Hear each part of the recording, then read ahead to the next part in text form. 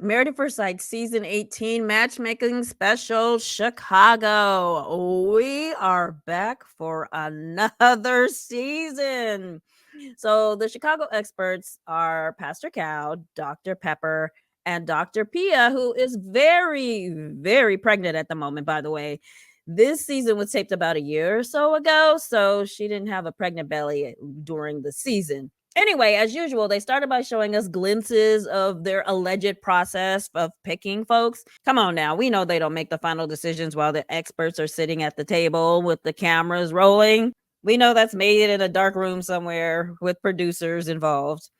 Hi, I'm Tamara, and this is Tamara Lynette Tells. So, we have a new batch of hopeful singles. Whether they're hoping to be married or hoping to gain more Instagram followers remains to be seen. But based on the recent track record of the show, chances are none of these couples are going to make it. But let's play along, pretending we've never seen or heard of this show before, and review the couples to see if we think they will say yes or no on decision day. Let's try it. First up, Juan and Karla. So Karla's 33 years old. She's a hairdresser. She says she's spontaneous. If she wants to have an ice cream sundae, guess what? She'll go have one. Ooh wee! You are living too far on the edge for me, Miss Girl. Next thing you're gonna tell us is that you're gonna sit through all the credits at the movie theater. Slow it down, sister, and leave a little something for the rest of us, Miss Wild Child. Okay. One is 36. He's a sales executive. He said the problem with his last relationship is that she was more introverted than him. So they paired him with Karla, who appears to be outgoing. He said he wants someone who will understand his Mexican American heritage. Karla is Mexican, loves reggaeton and salsa, so got a little culture. Karla wants someone who is tall, athletic, with olive skin. Now, I don't know how tall Juan is, but based on this picture, he's taller than her and he's athletic with olive skin. Okay. Now, when Dr. Pepper told Juan he was getting married, he was completely deadpan. I couldn't tell if he didn't understand the words coming out of her mouth or if he was just in shock or if he was thinking about what he was going to have for lunch. Dr. Pepper had to rephrase it and say it again, like, dude, you're getting married. Okay, she didn't say that, but he finally nodded his head to confirm proof of life. Dang, perk up, Buttercup. He didn't seem very happy. So, what's the verdict? Do we think they'll say yes on decision day? I don't think so. I'm voting no. So, on the surface and superficial level, these two seemed like a good match. But on a spiritual, political, ethical, and personality level, I'm not so sure. One gives me bro vibes, while Karla gives me spiritual flower child vibes. From what I've seen so far, I'm not getting the feeling that they will be a good intellectual match. Couple number two is Camille and Thomas. So Camille is 32 years old. She likes to collect records. She loves music. Actually, she said she's obsessed with it. And she describes herself as a very supportive and a cheerleader type of girlfriend. Thomas is 42 years old. He has an identical twin, by the way, and they look a lot alike. I guess that's what identical means.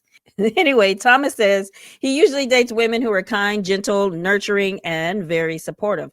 Now, I'm hoping they weren't paired because Camille used the word supportive to describe herself. He's 10 years older than Camille. Now, there's a chance that could be a problem. They may be in different stages in their lives where she's discovering new things and he's like, been there, done that, honey. Let's not go down that road again. Now, I didn't hear them talk about this on the show, but on Lifetime's Married at First Sight website, they mentioned that Thomas's most recent relationship lasted 9 years and ended because he was reluctant to commit. Now, I like Camille. Please don't tell me they paired her with someone who has commitment issues. If he couldn't commit in 9 years, why would we believe he'll commit in 8 weeks? I hope they didn't set her up for failure with this one, but I kind of believe they did. What do you think? Will they say yes or no on decision day? I'm going hard on no. Couple number three is Madison and Allen. Madison is 29 years old and the youngest cast member. They went with a little older cast this season. Maybe the producers are hoping an older, more mature cast will give them less drama. No, an older cast will just give them more mature drama. People who have been in the drama making business for several years. Anyway, Madison works out 5 days a week. She likes rollerblading, hiking, anything that will take her outside. She says she's either not enough for men or they're not ready to commit. Now, her mom was absent most of her life, so she doesn't have that mother daughter relationship with her. Now, she says as an adult, she hasn't had secure love from a guy. So we'll see how that plays out in this marriage. So she says she wants a tall Caucasian with a clean face, but doesn't mind a beard if he cleans it up. She wants to have kids, but she wants to have fun together first. Now, here's my red flag for Miss Maddie. She said if she's not attracted to her match, it will be a little hard, but she will finish out the experiment. Finish out the experiment. To me, that sounds like she's saying, I won't go home early. I'll finish your little show, but come decision day, toodles, I'm saying no. Her match, Allen, is 35 years old and he's 6'2", by the way. He built his own home. He likes Caucasian women who are gorgeous with blonde hair with a little bit of zazz. Now, it sounds like they're giving him what he asked for physically. So he thinks attraction can grow if the emotional is there, which is not what we heard from Miss Madison. Now, he said a lot of the women he dated in the past were what he was looking for, but there was no chemistry. He said it felt like he was talking to a wall and having to pull conversations out of the women. To me, that sounds like he dated for looks and not substance. He said he's doing well financially, which is great. One of the experts in this episode, I don't remember which one, said that he and Madison have similar salaries. Now, I like that. When Dr. Pepper went to tell him he's getting married, he was allegedly working on a car and it looks so staged. He was in a parking lot. His mom comes walking up with his dog and sits down to watch him repair an axle with a hammer and a butter knife. Okay, it wasn't a butter knife, but it looked like it. Anyway, as for Madison and Allen, what do you think? Will it be a yes or no on decision day? I'm going with no. Honestly, I don't believe she's going to find him attractive, which means she'll struggle to get through the season. If she does find him attractive, I don't get the feeling they will connect. I'm getting coworker vibes from these two. Moving on to couple number 4, Michelle and David. Michelle is 38 years old. She says she's guarded and hasn't been able to let anyone in. That's not a red flag. That's a red float. Nobody has time to break down emotional walls before decision day. That construction project needs to have been completed years ago. I don't get it. Anyway, in a relationship, she wants to do things together, but wants a lot of alone time. Girl, this is not the show for you. Your only alone time will be in the confessional room with the camera in your face and a million of us watching you, child. She's been single for 6 years. She says she lost a little bit of hope of ever finding her person. She says she tends to put up walls because she's been on so many dates. Okay, these walls are a red flag. In her relationships, she says she was the type of person who would change what she liked in order to adapt to the person she was with. Red flag. She's indifferent on having kids. If she's gonna have them, though, she said, given her age, it would need to happen sooner rather than later. That makes sense. But she can be a mother in other ways, like being a foster mom.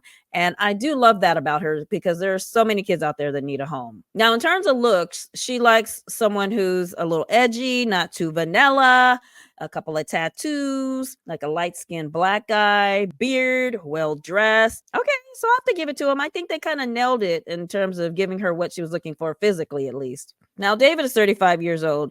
He seems like a nice guy, but he lives in his parents' basement. Apparently, David doesn't watch this show because if he did, he would know that he needed to move out of that basement. Because on this show, whenever a man has lived in the basement of his family friend, or his mom's next door neighbor, sister, co-worker's best friend's house, it never works out. You can call it sexist all day long, but I have yet to see a woman on this show who said yes to the basement husband.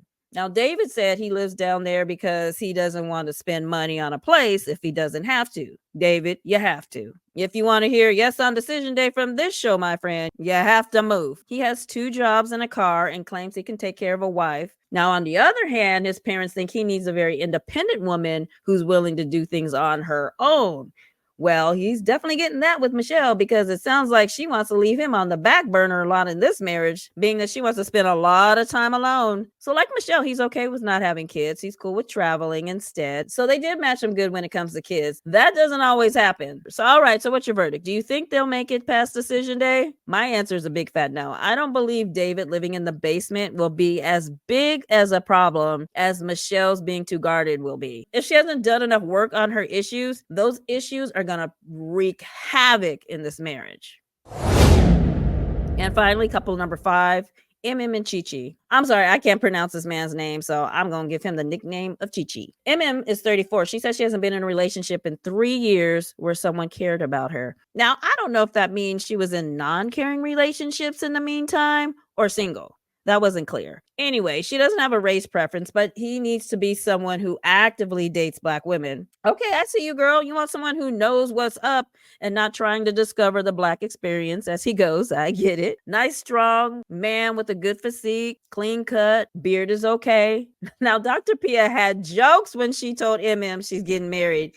She said, I think you're beautiful, successful, and amazing, but unfortunately, your journey ends here. And then she got up and left the room.